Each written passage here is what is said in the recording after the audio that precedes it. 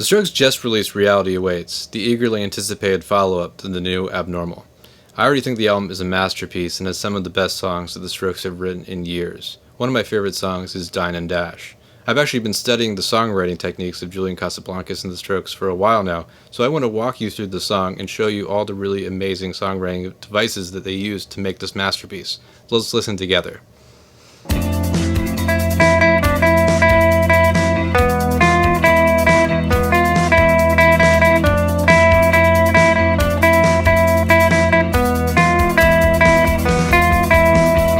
So it's a great, catchy guitar riff, and it has all the signature Julian Casablancas elements because it has this major second step up, back and forth between a two-note pattern, and then it goes down to this interval here, a tritone, which is the most dissonant interval in music, and it's something that Julian likes to include in his guitar riffs because it often establishes the chord function, but also it has a lot of tension in it. So he likes to use that interval and resolve it. So here it steps down, which he often likes to do. Very Casablancas signature style. So great riff, very catchy. Let's listen to the next part. A minor, E major, A minor again, E again. So essentially what we have is a minor 1-5 chord progression. So it's a A minor and then the 5 of that chord. So it's a 1-5 chord progression. The guitar part changes slightly there to establish the 1 and the 3 of the A minor, and then the 3rd and the 5 of the E chord there. So it really establishes that. Let's listen to the vocal in the verse. And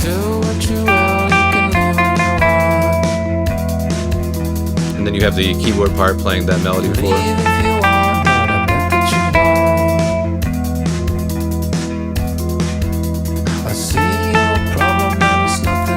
Now he doubles it.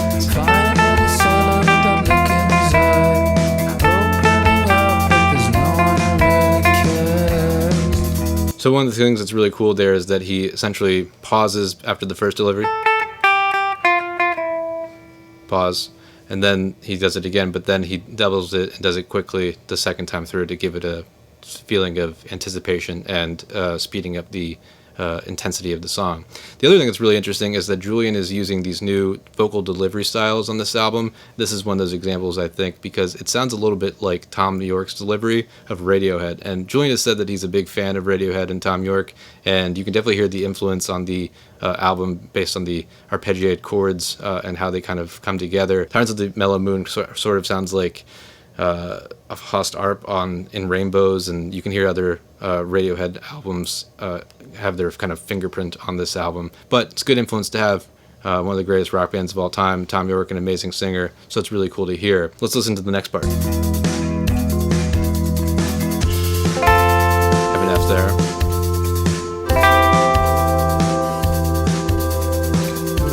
F over an A.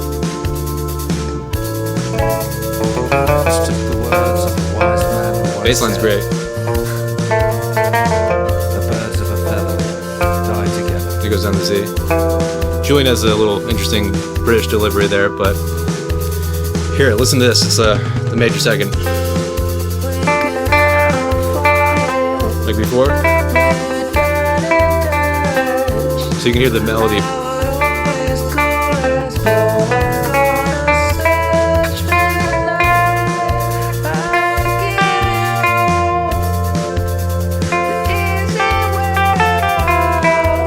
So really great because it's a complex key change, right? So it's essentially going from the key of A to the B flat, a step up, which is something that Julian likes to do on this album, the Strokes do on this album, is key changes a step or half step away.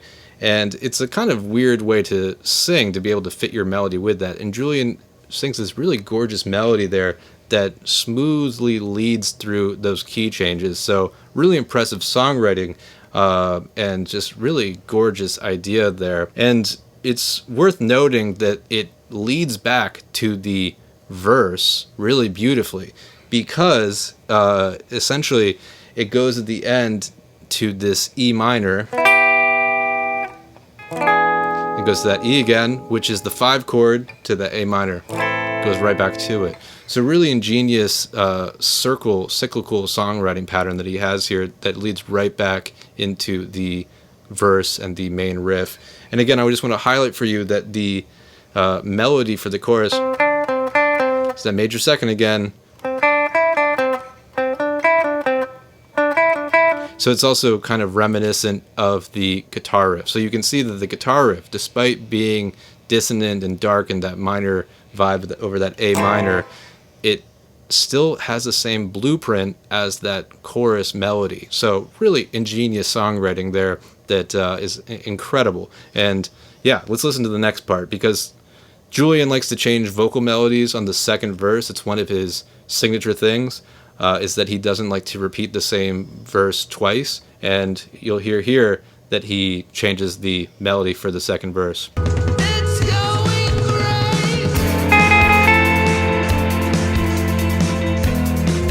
He likes to target the G sharp there.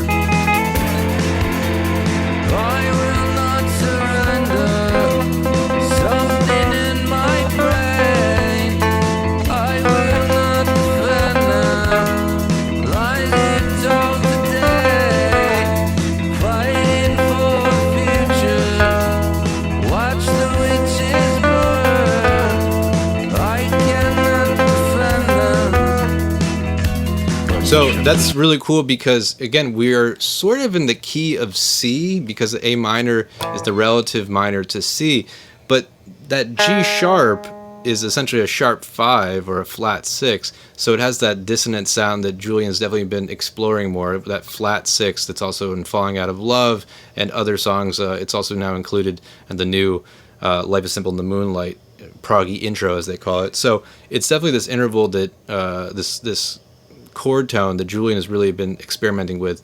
He's always loved the 6th degree of the scale over the chord. Hard to Explain is really built around the 6th and like how beautiful that interval is. But now he's really exploring that flat 6, this sort of darker sound, and you can hear it there. It has a sort of Arabic kind of rock vibe that he's definitely been influenced by and has definitely brought to the Voids and now is clearly bringing to the Strokes. So you can see that the ideas of experimenting with that sound that he did with the Voids are now making their way to the Strokes, and it's really cool. He's been doing more spoken delivery, more and more. Nice kind of synth.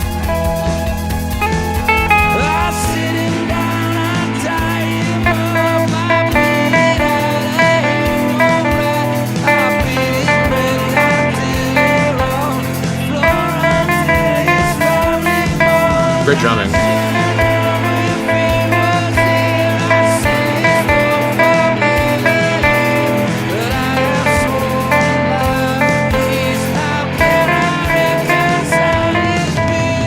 So nice, really stepping back and forth. Julian loves to do incremental steps gradually.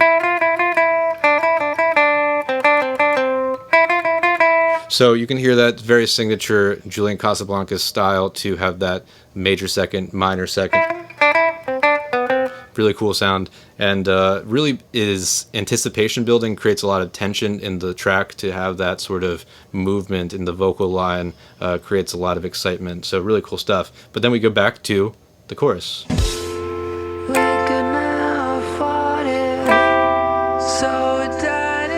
The falsetto is beautiful.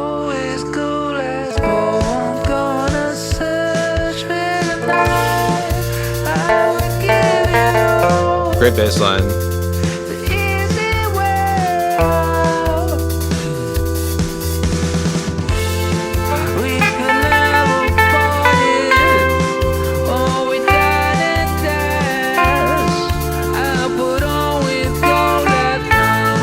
Kind of 80s synthy kind of sound, kind of epic 80s rock music.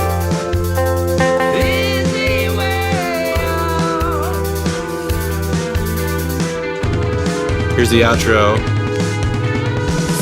A major. So he's been returning back to that kind of A minor sound, and then the song has been based a lot on that sound of the A minor, and then we have the chorus that switches and has that beautiful A major there, but it still is always returning to this dark sound, and now we're back to A major.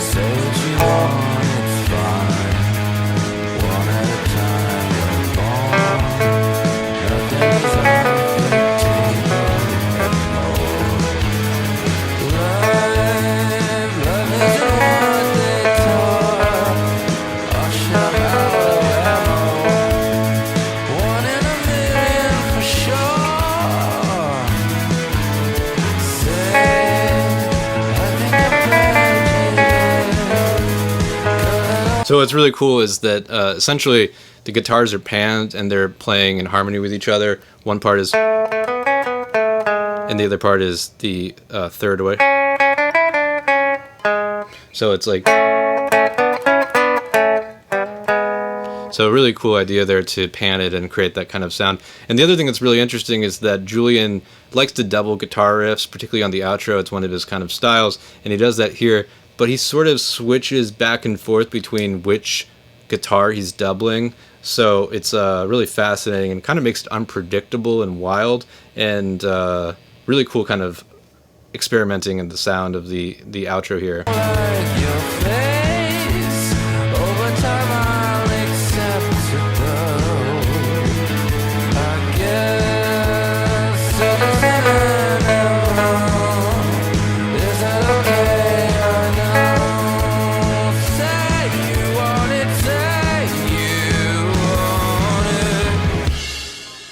So then you have a little studio banter outro, as the Strokes like to do.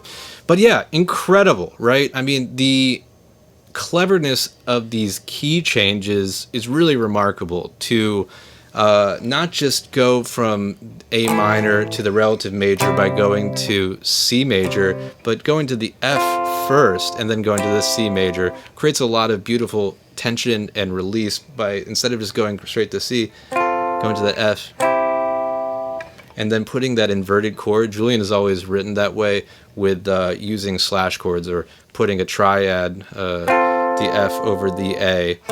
Kind of gives it a different sound, and so it creates this different vibe, so that when you go down to the A major, sounds smooth voice leading at those tones. Great, like incredible voice leading in those voices to do it that way, and makes it just really natural, even though it's a pretty drastic key change to suddenly go to A major over a C, and then steps up to that B flat. So just really incredible stuff, great bass lines, great vocal melodies, great guitar work. It's an absolutely amazing song, one of the best on the album, one of the best songs that the Strokes have ever written, and I really hope that I could show you some really interesting ways that they wrote this song, because it's a masterpiece, and I hope everyone likes it as much as I do.